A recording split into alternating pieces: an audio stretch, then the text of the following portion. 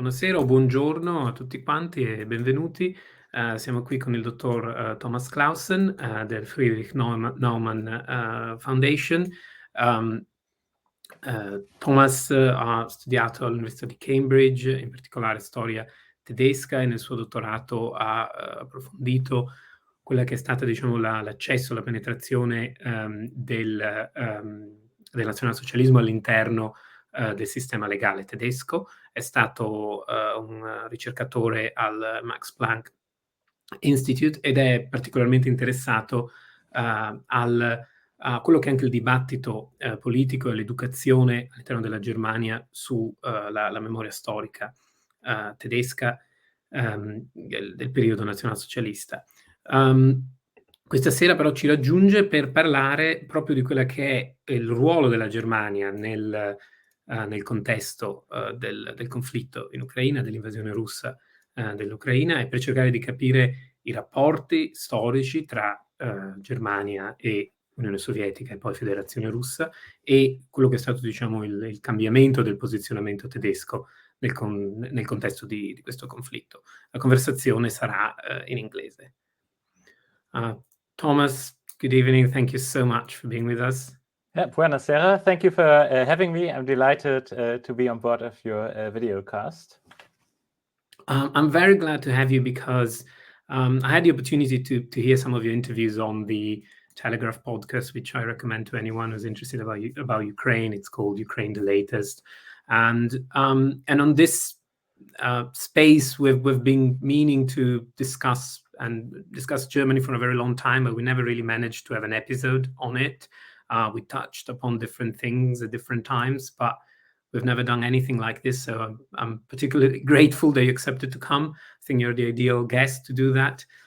And that's also because I think that for an Italian audience, Italians are very sensitive to Germany when it comes to EU policy, when it comes usually on financial things and economy and things like that, but they're much less knowledgeable on average about German internal politics, the German foreign policy towards the East, the Ostpolitik, and so on. So it would be very good to just, go through this, these elements with you.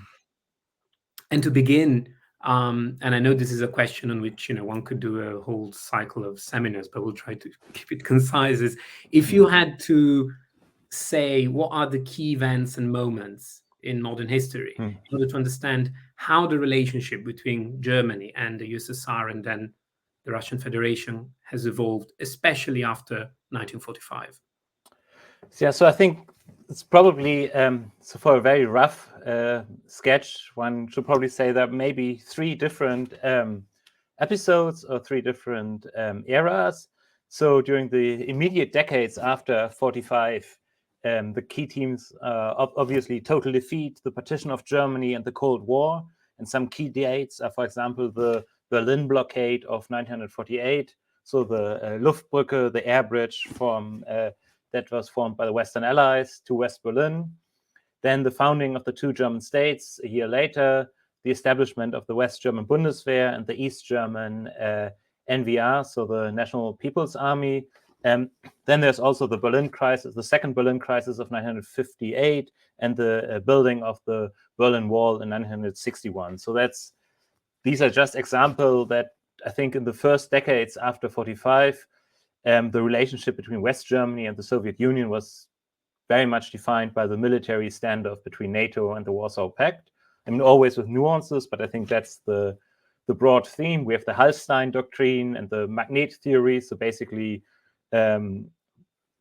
approaches by the West German government to say, well, the GDR, the East, we don't recognize it, belongs to Germany as a whole. They were aiming for German unification. And it's also important, I think, to keep in mind that at that time, the total military expenditure of West Germany was enormous. So in 1963, for example, when it peaked, it was 5.2% of GDP. So nowadays, we have this image in mind of Germany barely meeting or not meeting the 2% target of NATO, but that was very different in that sort of period of time. And in East Germany, of course, the relationship is entirely different. the Soviet Union backs a communist dictatorship. In 1953, they are crushing popular uprising. So there are Soviet tanks in East Germany. There are deaths, and this is so to speak East Germany's moment. So this moment, in a way, is repeated later in in Czechoslovakia and in Poland at various times. But East Germany had that experience as well very early on. And now we come to the second sort of period, and this is in the late 1960s when Willy Brandt becomes chancellor in Germany.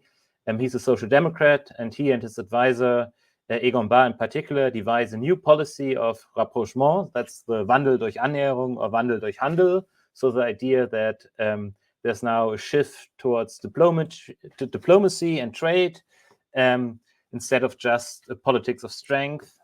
This entails an acceptance of the Soviet sphere of influence. So in 1972, the so-called Basic Treaty is concluded, in which both German states recognize each other. And that is the true beginning of Ostpolitik, or eastwards politics. And this is also, by the way, and I think we are going to discuss this later, when Germany starts to become dependent on Russian energy.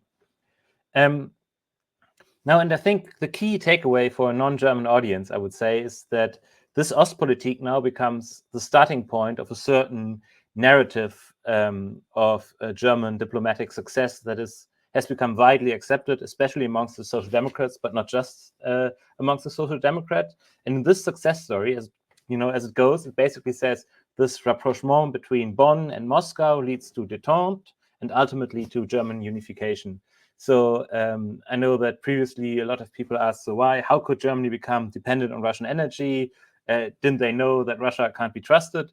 But if we look at the history through this lens, and I think it's a distorted lens, but if we do that, then it becomes clear that sort of German unification is a big German win in the 20th century. It's still our national holiday, and no one would have expected this even in the early 1980s. And the idea is somehow that finding in common ground with the Soviet Union, or particularly with Moscow, led to this remarkable event. And this is also one of the reasons why, for example, Mikhail Gorbachev is remembered very differently in Germany than, say, for example, Lithuania. And now this sort of transitions into the third period, and that is that of the 1990s and 2000s, when now the newly united Federal Republic basks in the so-called peace dividend. So the Bundeswehr is not entirely dismantled, but spending on the Bundeswehr is reduced massively.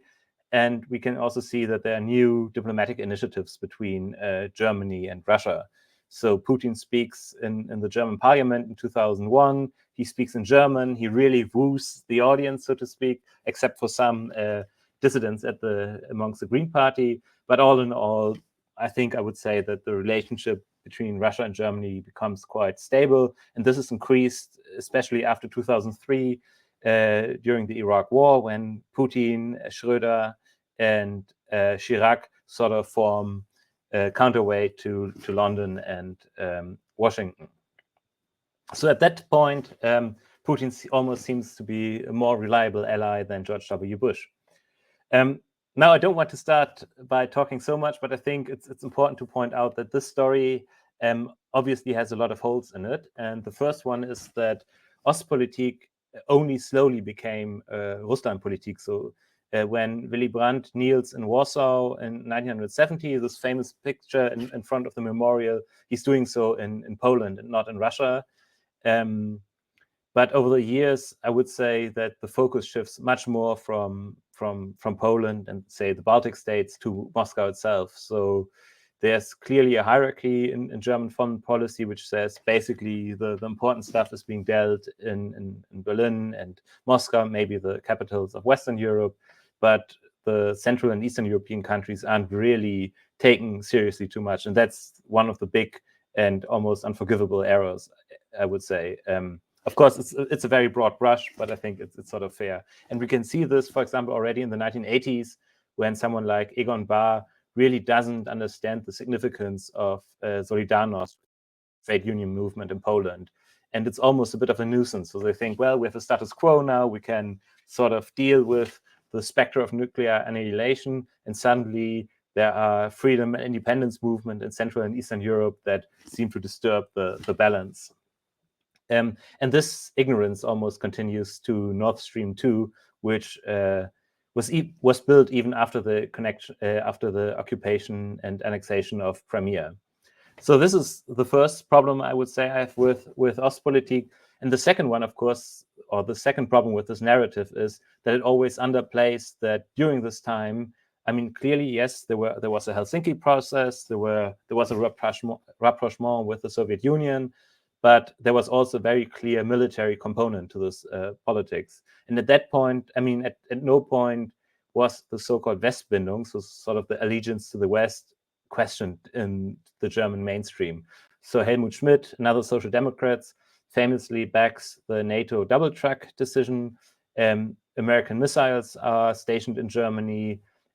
Germany is part of the nuclear deterrence of NATO due to the planes that are stationed in West Germany. So I don't think there's any doubt that Germany was aligned with the West throughout this period, but it's a sort of a part of the narrative that's forgotten. And the end of the Soviet Union and the fall of the Berlin Wall are all placed sort of with Willy Brandt and the Ostpolitik, and not with Ronald Reagan or Thatcher or the independence and freedom movements in Poland or Czechoslovakia or etc. And I think that's the second big problem with this narrative. But I think up to 2022, this was not widely accepted, but I think it was definitely a mainstream narrative. Thank you. I mean, I think you made two really interesting points there on memory and on how we selectively choose to remember some parts of history with other, which I think will be interesting to pick up later when we talk about the debate in Germany. What I would like to follow up on right now is the dependency on Russian energy. Well, on Soviet energy first, and then Russian energy. How did that develop? And how? Yeah, I would go with that, and then we can we can elaborate further. So I think there's sort of a longue durée of German geopolitics, which is, of course, Germany is stuck in the middle between the West and the Allies and Russia. And at various times in history, Germany thought it's a good idea to turn to Russia to solve some dependencies elsewhere.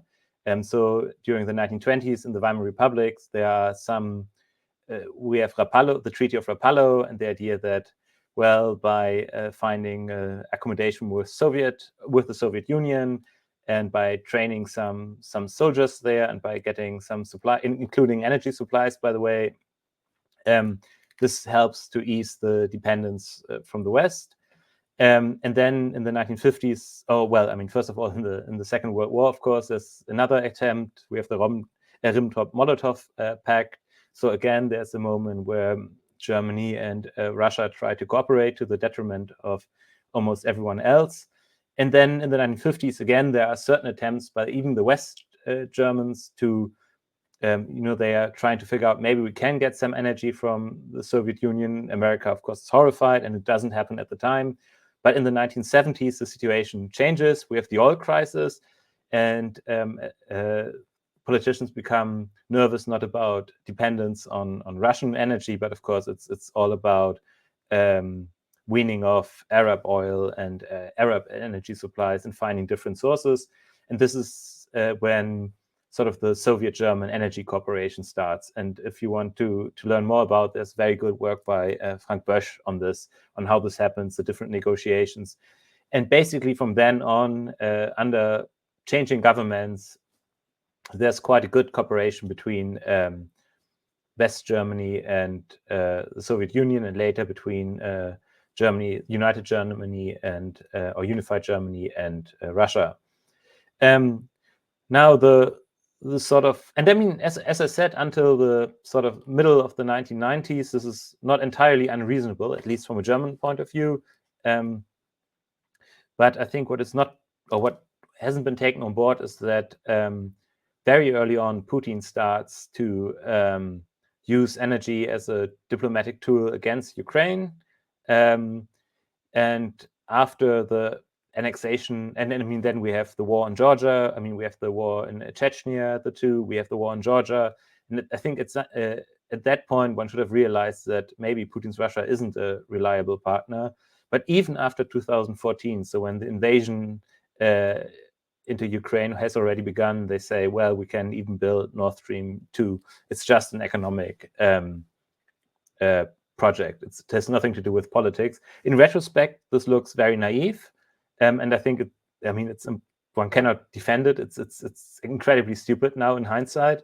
I think at the time one needs to, or I think if one wants to understand how it could come to that, I mean, it's a period of time when, I mean, there's some skepticism about the reliability of America. I mean, in 2016, Trump is elected, so that's deals a big blow into confidence into America, even though we now know that maybe Russia wasn't entirely innocent when it comes to the election of Trump. But we also have Brexit. There are a lot of other problems.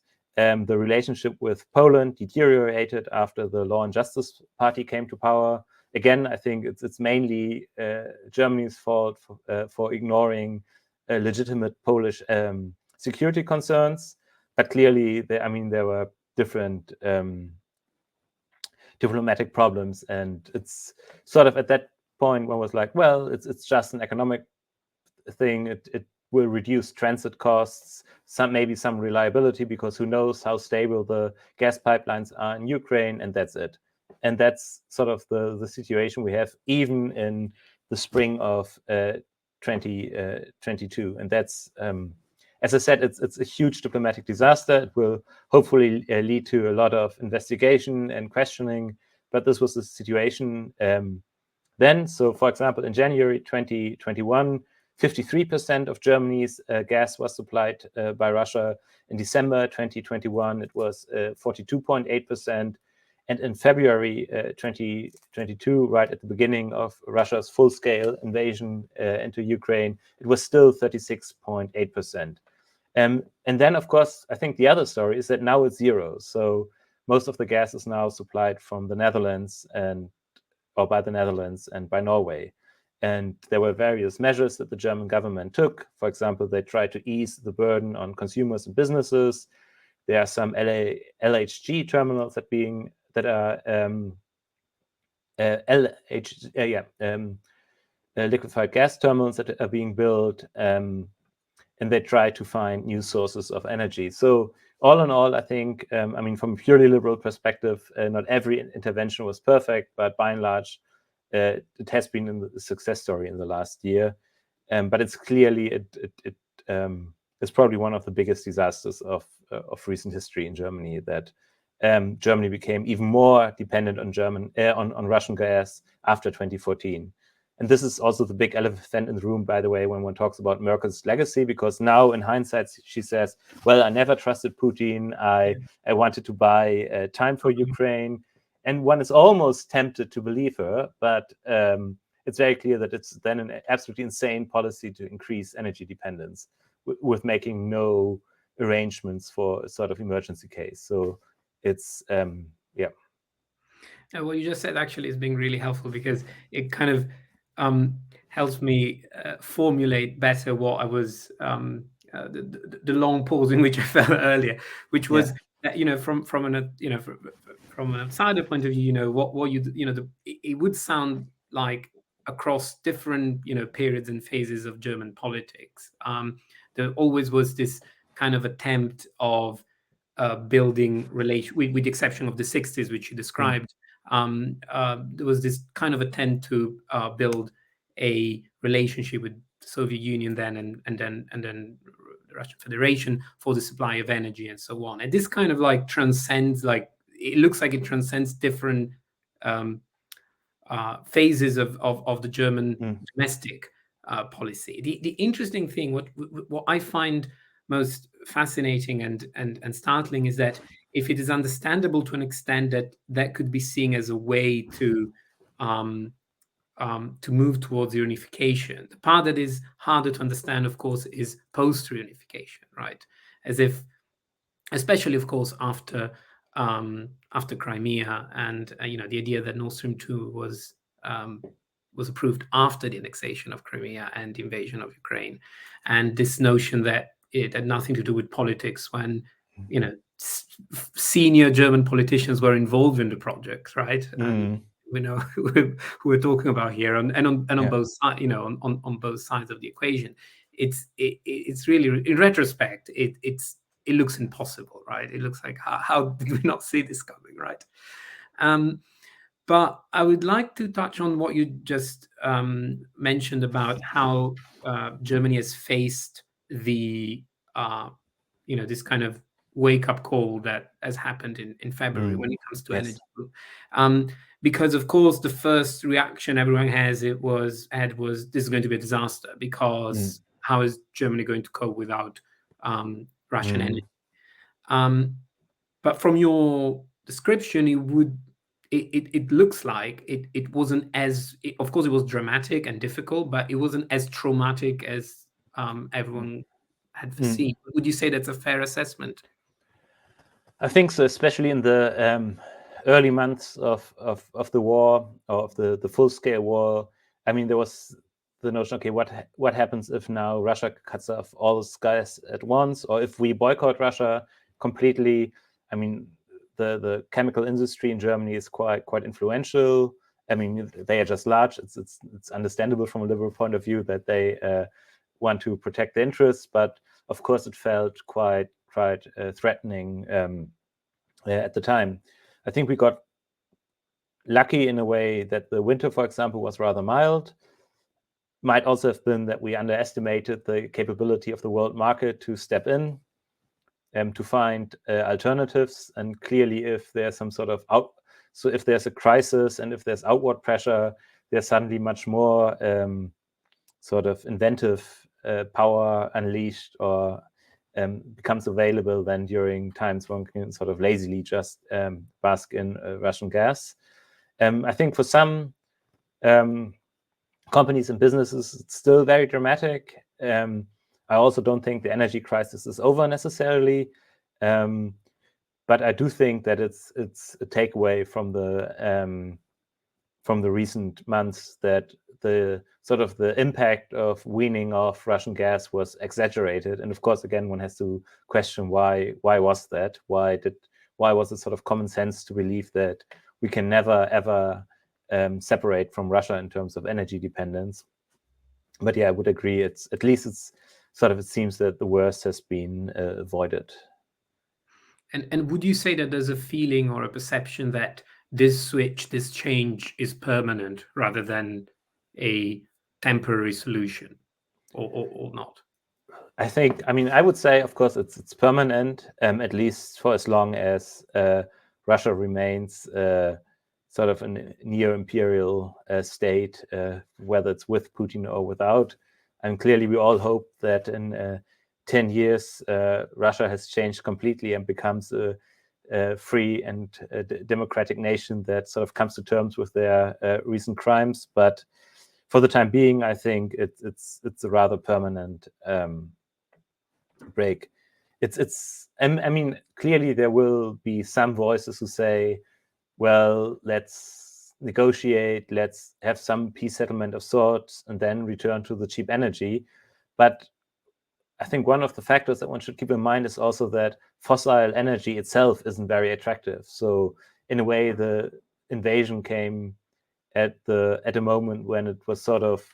So I mean, if Putin had waited a few years, maybe there was no capacity for liquid natural gas, LNG. Maybe if Putin had invaded earlier, the dependence was too great. But nowadays, I mean, the entire world is trying to reduce dependence on fossil energy. And I mean, why would one return to natural gas if everything is sort of climate friendly, CO2 neutral in 2030 or 2045? Exactly. And this kind of, is a good way to then brings me to my next question, which is about German domestic policy politics. Could you just give like a broad overview of what the main political forces and parties, both in government and oppositions, are, and what is their what are their different positions? Of course, we have a coalition government formed by Social Democrats, the Greens, and the Free Democratic Party, which is like a centrist, center-right liberal party. But I don't think most people would be able to name what's their difference in terms of politics, of policy towards Russia and towards the war. And of course, it would also be interesting to touch on what's happening outside of government in the opposition, namely, of course, AfD and die Linke, I guess.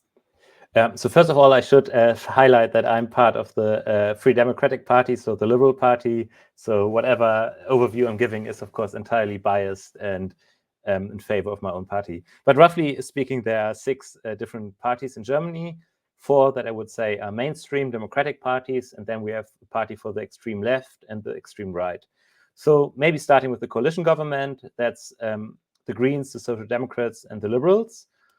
From those 3 parties, I would say that the Greens actually have the cleanest sheet when it comes to Russia. So they, I mean, it's true that their roots are also in the peace movement of the 1980s and demonstrations against cruise missiles in Germany. But they also always had good contacts with dissidents in East Germany, but also in the countries of Central and Eastern Europe. And I think this is a key determinant to figure out whether someone sort of understands what's going on with Russia or not, is if they are able to at least partially understand the world through the lenses of our Eastern non-Russian neighbors.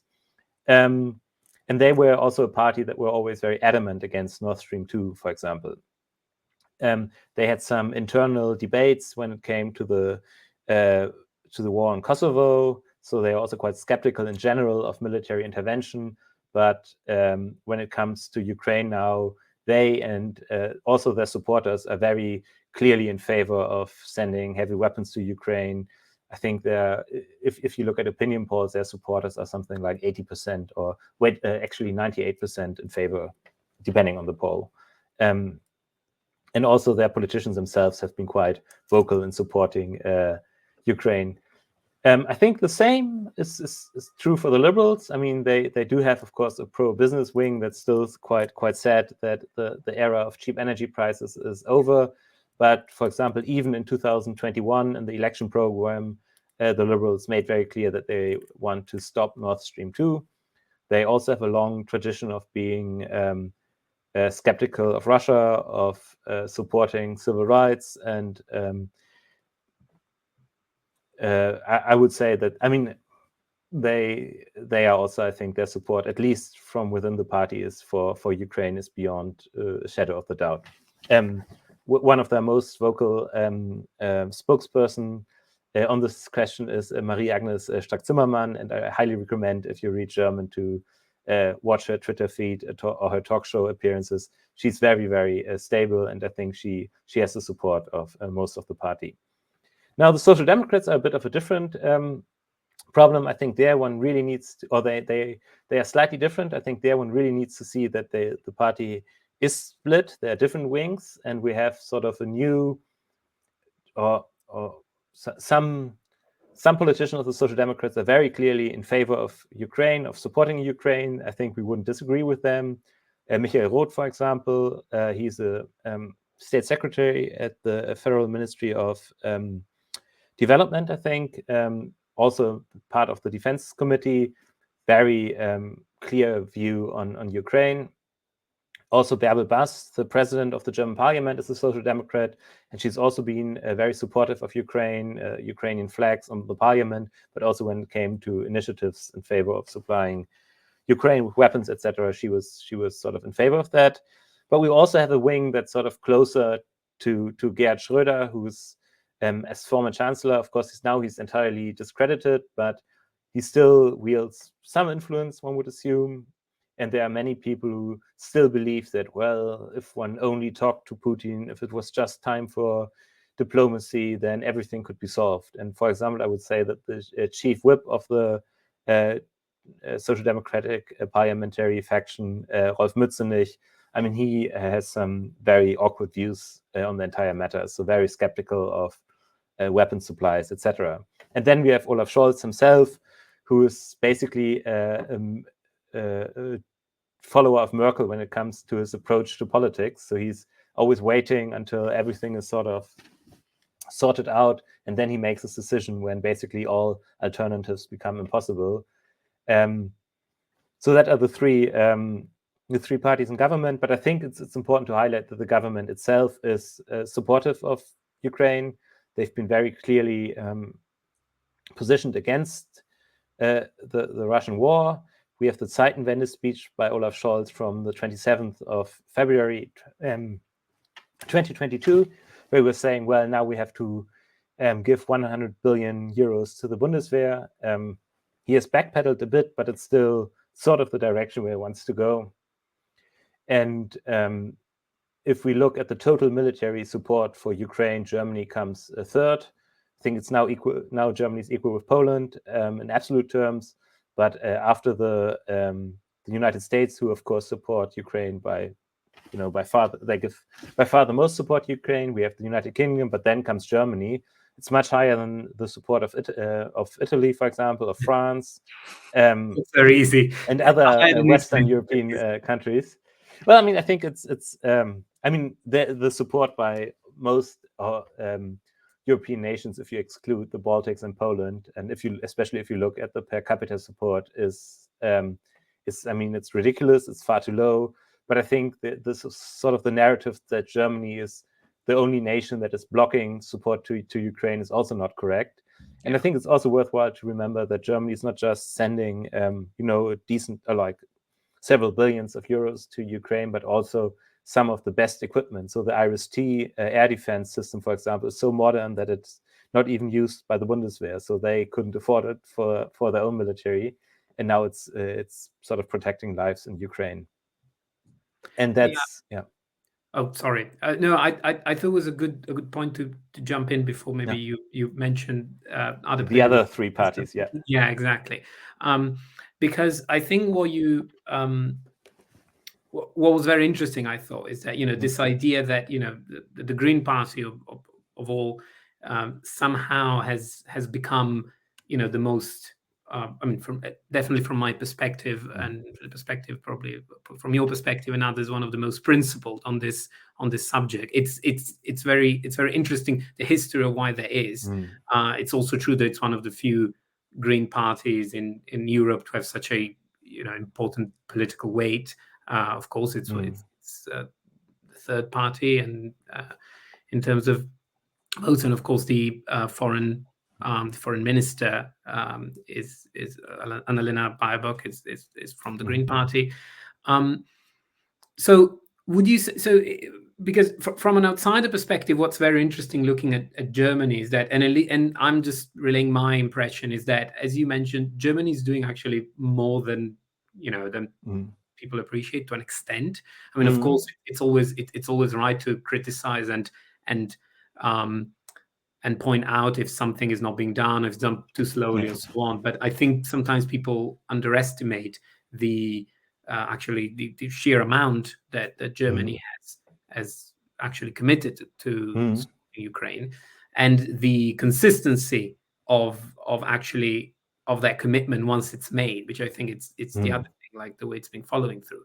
Nevertheless, there is very often this image of the government saying one thing and then slightly changing their view, and then updating it in a way that's slightly confused. I mean, the tanks, the Leopard thing is, I guess, the best example. And from an outsider perspective, you wonder, why is that? It's clear you're going to give the tanks at some point. Why is it so complicated to just say it in a very clear way? Yeah, I wish I had a good answer on that. And I think, I mean, one of the problems is, of course, that even though I'm working in Berlin, I'm meeting with members of parliaments, etc., I'm still an outsider when it comes to the military decisions, and I'm also not a military expert. So I'm sure there are people who are much better equipped to answer such a question. But I think what I can say for sure is that the strategic communication has been a disaster. So it's almost ridiculous. Now, for example, Germany is one of the main suppliers of Leopards. If we look at the tanks that are being pledged, the Bundeswehr is helping to train Ukrainian soldiers. And still, from the outside, it appears that Germany is sort of just stepping on the brakes, which occasionally Scholz has been doing, but I think it's not a correct or fair assessment in total. I think something has to do with internal politics. So Scholz has to take with him the entirety of his party. And as I said, there is a bit of a split in his party. And there are some people who still believe in the sort of Ostpolitik of Egon Bahr, and it's just NATO expansion or whatever is a problem. There's maybe even some anti-Americanism still lingering about. Many politicians were sort of came of age during the Iraq War. That maybe has a problem, or maybe that contributes to it. Then there's, I think, sort of sometimes Russia becomes almost a canvas on which people paint their hopes for some sort of independent, sovereign Europe. I don't know. It's not clear. I don't think it's consistent. I think it has to do also with generation. I think that's a factor that's often overlooked. The Social Democrats are a rather old party. If we look at the leading politicians, the Greens and also the Liberals are quite young. And it's very clear, I think, that it seems that one divide, if we look at German society as a whole, is between a new generation that sort of thinks that, of course, Kiev is part of Europe and we are the free world. We are watching videos on social media from Kharkiv or Kherson or etc. We are following them on Telegram. It's very clear that we sort of feel quite connected to Ukrainians in a way. I mean, we are. I mean, of course, we are not. We don't have to fear Russian bombs at the moment. They are at war, and we are not. But it's very clear. I would say that we are sort of on the same mental map in a way. So we are Europeans. We are. And I don't think that's true for a previous generation that is still sort of shaped by the Cold War, things in blocks. There are some Germans for whom even going to East Germany is an almost unthinkable thing to do. Why would I go to Leipzig or Dresden if I can stay in North Rhine-Westphalia, so to speak? And then, of course, thinking about Riga or Tallinn or Warsaw, let alone Lvov or Kiev, is out of the question. And that's, I think, maybe one explanation also why it's been more difficult for Scholz to provide a coherent strategy outside, because it's basically trying to still fit or provide a narrative that's sort of consistent with a narrative that's basically dead by now, but that's been very formative for an entire generation. I see. So it's a mix of the different forces within his own party and the awareness that that the support of his government, and especially of the voters of the Social Democrats, is much more that their voters have a much more mixed opinion on the support for Ukraine than Green voters or Free Democratic voters. Yeah. For example, for them, also the sort of spectra of nuclear annihilation is still much more sort of very vividly felt, because they came of age during the 1980s at the height of the demonstrations that I mentioned earlier. And by the way, I also think it's quite striking if we look at the people in Germany, like on public television, on talk shows, in the media, who are sort of now calling for negotiations with Russia. They are very much, or they are mostly from an older generation. So from Jürgen Habermas, the famous philosopher who called for negotiations. But then there's also someone like Erich Fahrt, a former general of the Bundeswehr and Merkel's military advisor, who could now be seen last weekend on a demonstration with like basically the former Communist Party and the so-called peace movement, and sort of swaying to the music of John Lennon and Imagine, which is an absurd view, but I think it shows that there's definitely a generational divide as well. Not, of course, for everyone. I mean, there are people even in the Social within the Social Democrats who absolutely know what's going on, who have very clear opinions, who sometimes, who came to terms with having to change their opinion, but who are on the right side. So it's not entirely black and white, but I do think that generation does play a role in it, at least. Anyways, should we go to the other four parties? Yes, one thing, because I realized that I'd made a note and I forgot to do it. Yeah. Because of course you mentioned Zeitenwende, and for people who are listening to ours, of course, Zeitenwende means sort of like shift, like in time, like it's the word that's being used by Olaf Scholz to describe the change of policy of his government. And of course, the Wende was the time of the revolution and of the reunification of Germany. So there is like a very strong significance to the use of the term Zeitenwende. I mean, it's a speech that has a Wikipedia page, so it's not just like just one random speech. Has a very strong significance in the public debate, I guess.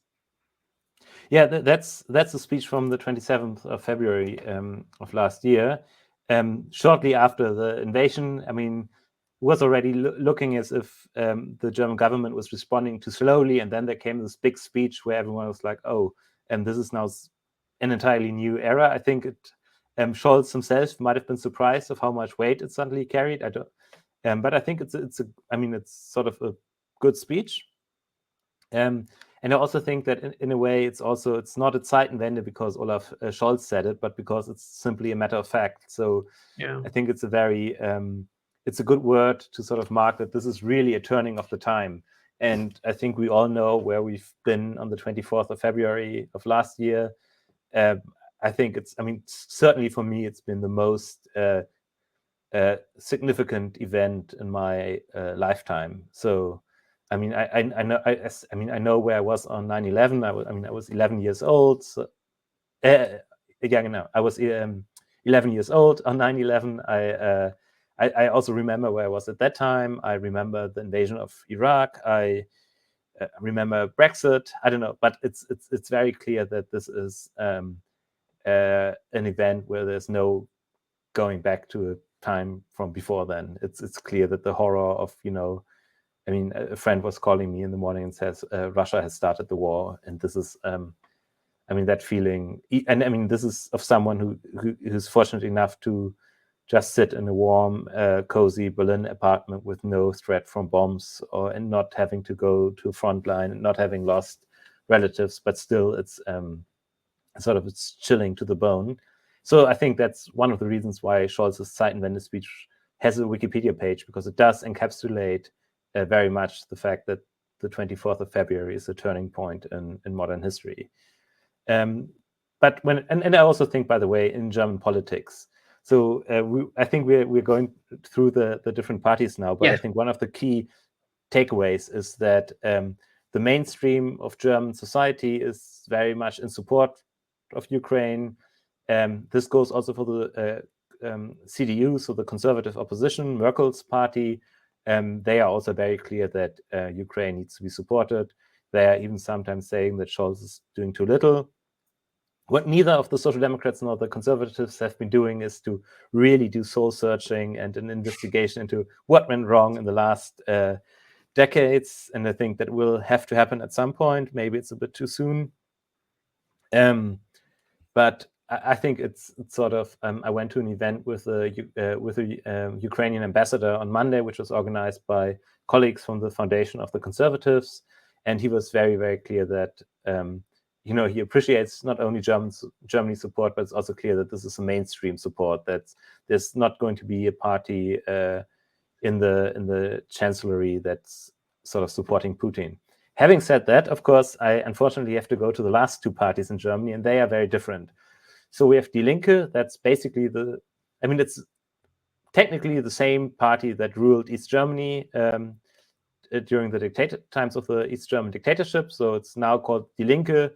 But it's basically the Socialist Unity Party that at some point renamed itself and then merged with a different party.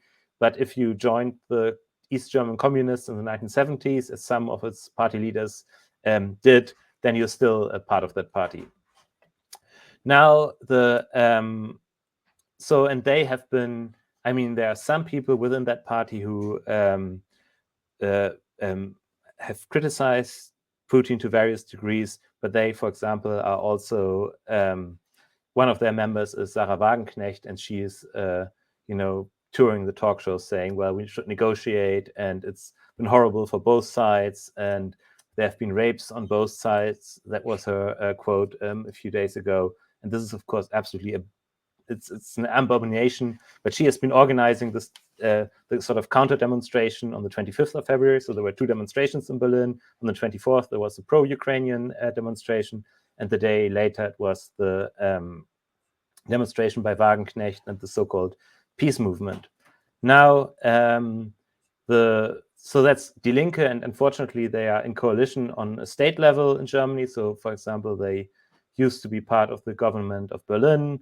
They are part of the government. They are even heading the government in Thuringia. So they do have some influence, unfortunately, but they are not technically not a mainstream party, and they only entered the German parliament because they got 3 direct. So it's a complicated. The German election system is quite complicated, but basically not even 5% of the population voted for Die Linke, but they are still representing a certain strand of old communists, deluded leftists, and whatever else.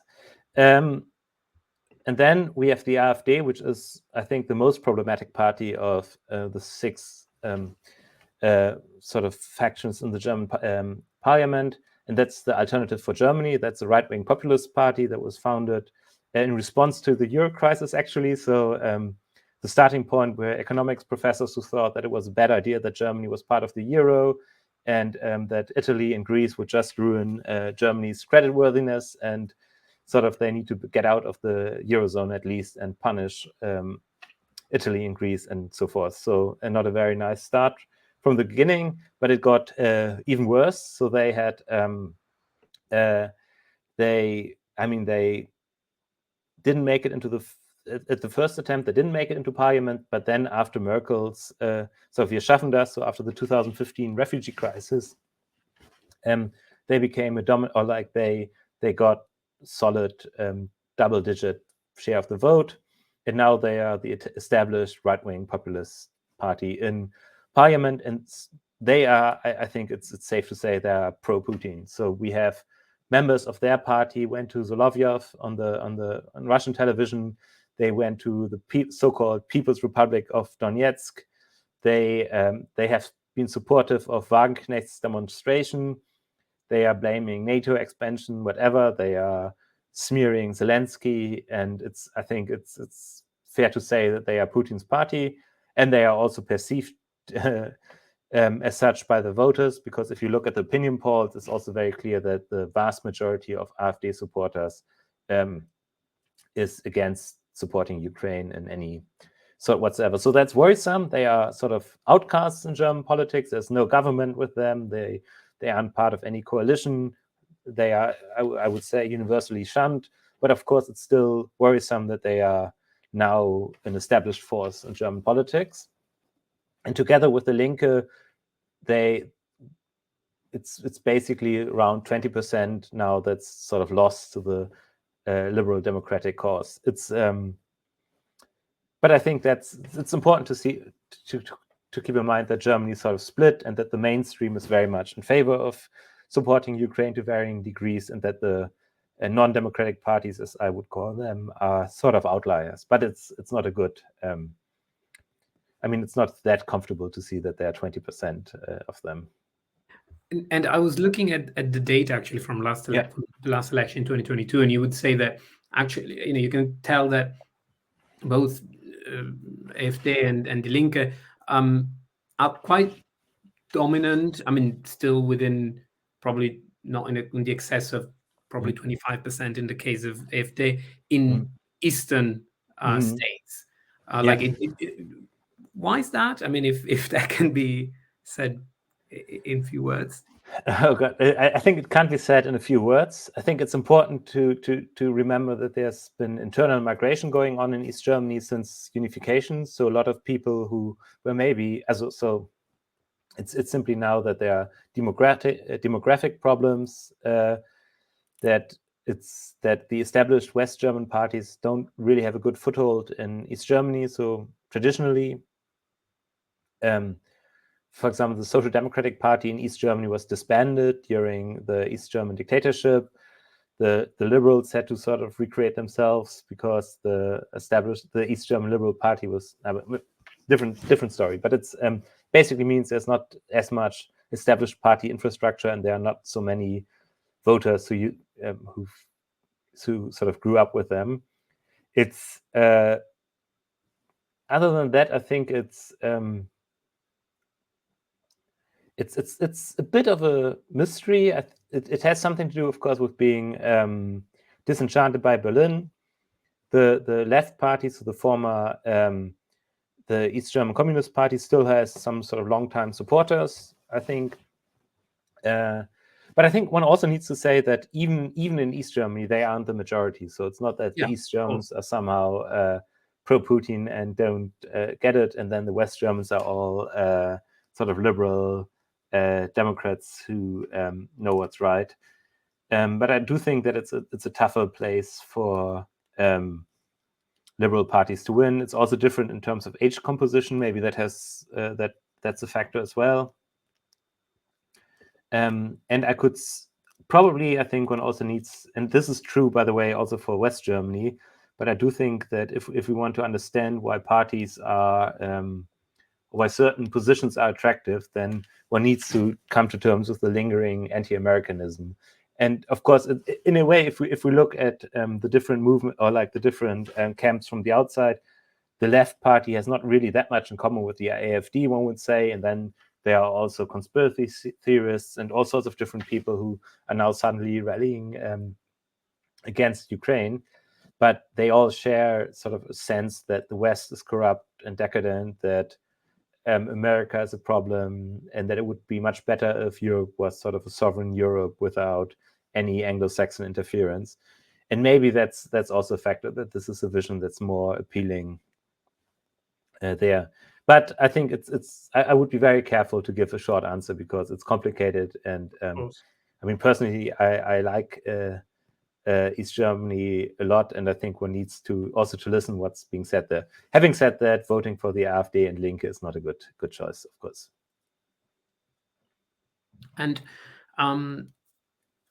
we kind of went through the the official positions and positioning of the different political forces, and would you say that that's kind of reflected in the population? Sometimes you have a feeling. I mean, one thing that is true is that when you look at pro-Ukraine demonstrations in Berlin, they're like huge, like they're like they're really well attended. And I remember being in Berlin this summer, and there were Ukrainian flags everywhere, and well, not everywhere, but there were plenty of Ukrainian flags and shows of support.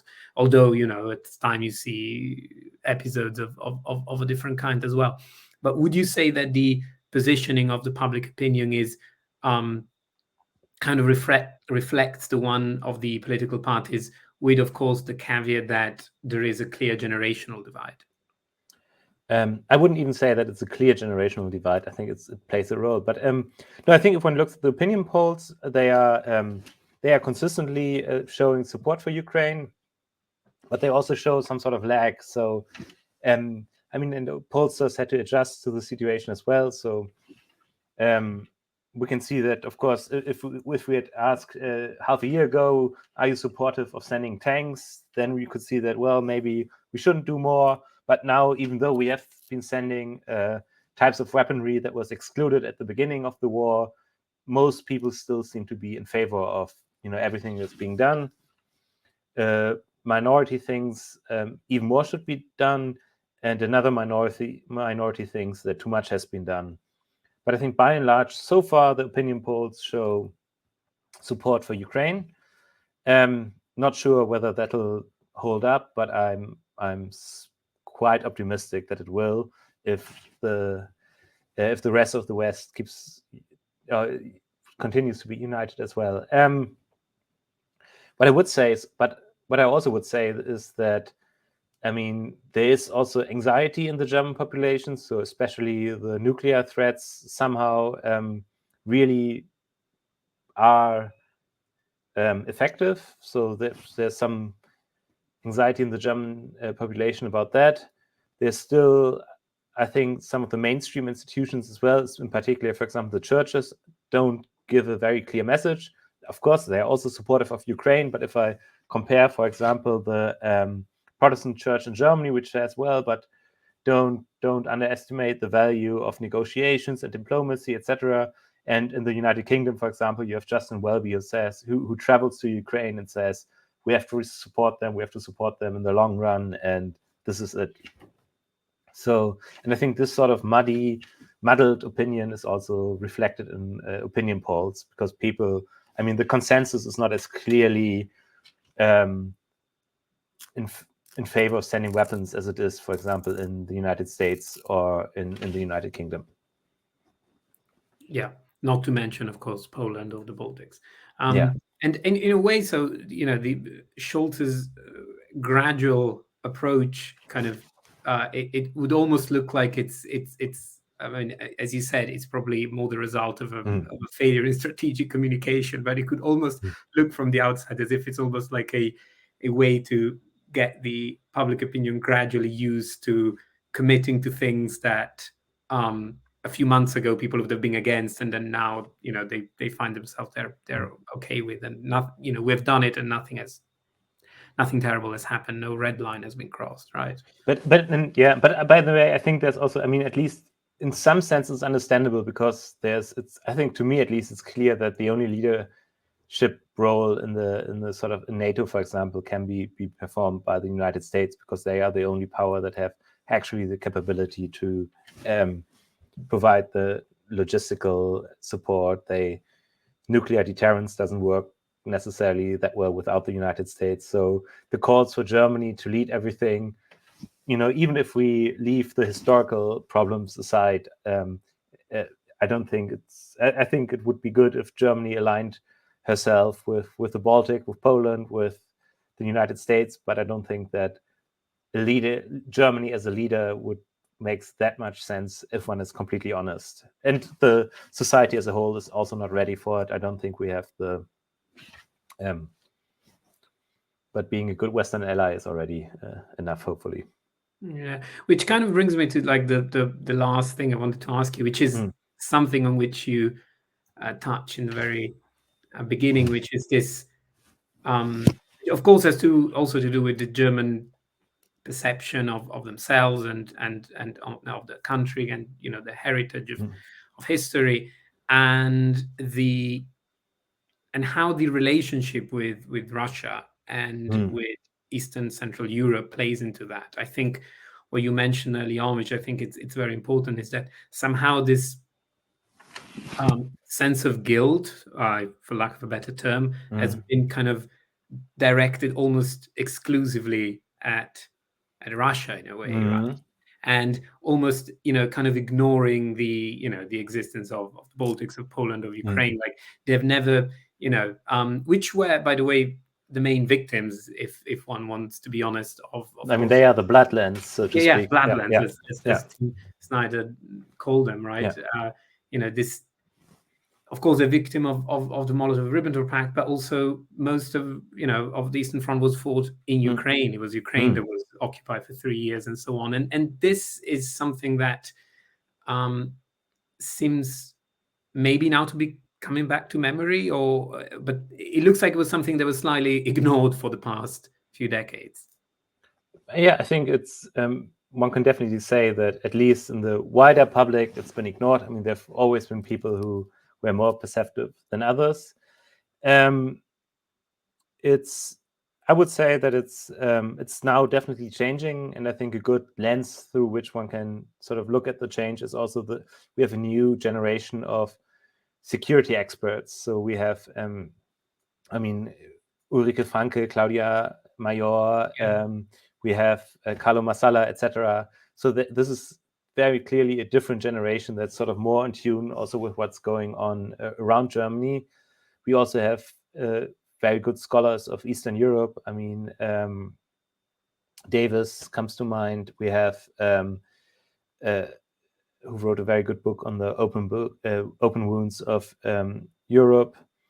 And I do think we have much, like in our current generation, we have also much more understanding of the entire breadth of Europe. So this is, I think, I mean, the Iron Curtain definitely led to a perception that, well, on the other side of the Iron Curtain, there's only Moscow, and that's the only place of power that matters. And what is happening in Prague or in Warsaw just isn't relevant to us, because ultimately it's decided by the Soviets. But I would, and then of course, and you mentioned history. So first of all, I would say that one of the problems, or one of the features we can see where German history may be playing a role in how the conflict is interpreted, is that Germany is very clearly, it was the aggressor in the Second World War, and sort of an easy learning is to say, well, never use military force again, it's evil.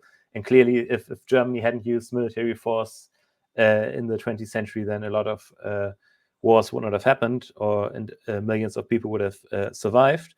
But they don't really have the experience that also military force can be used as a force for good and for liberation. So I'm half Dutch, and if you go to the Netherlands, you can see, for example, Sherman tanks and war memorials, not only for the Americans and the British, but also, for example, for Polish battalions that fought on the Allied side. So there's very much, and they have like the Befreiungsdag, so the Day of Liberation, and it's very clear. It's always been very clear that this is a liberation that was secured by military force, and this is, I don't think, a view that's very prevalent in Germany, because Germans don't have that experience. It took 40 years until a German politician or the federal president says, well, May 45 was a liberation for us as well, but that's sort of taking on board what that means probably has taken even longer. And I think this also shapes a bit the approach to Ukraine, that one thinks of sort of, well, can weapons ever deliver peace? And I don't think that's a question that anyone, or that most nations in Europe would pose, because everyone, I mean, Italy knows that they were liberated by weapons and by the Allies. The Poles certainly know the price of military defeat, etc. France was liberated by military force, and I don't think that's very clear in Germany necessarily. I mean, I wouldn't say it's that clear in Italy either. It's quite interesting how what today is, you know, the what's left of the National Association of partisans in Italy argues against sending weapons to Ukraine, saying that, you know, fighting is not the way for liberation, which is like, what are you talking about? Like, you know, it should be your heritage. You know, it's very interesting. I don't know, intellectual development that has happened to a lot of people. It's a common thread, I would say, in Italy as well. Of course, Italy has a slightly different history, but yeah, it's their way of thinking is no stranger to Italy. Yeah, no, that's true. Probably one of the common themes one can see is that.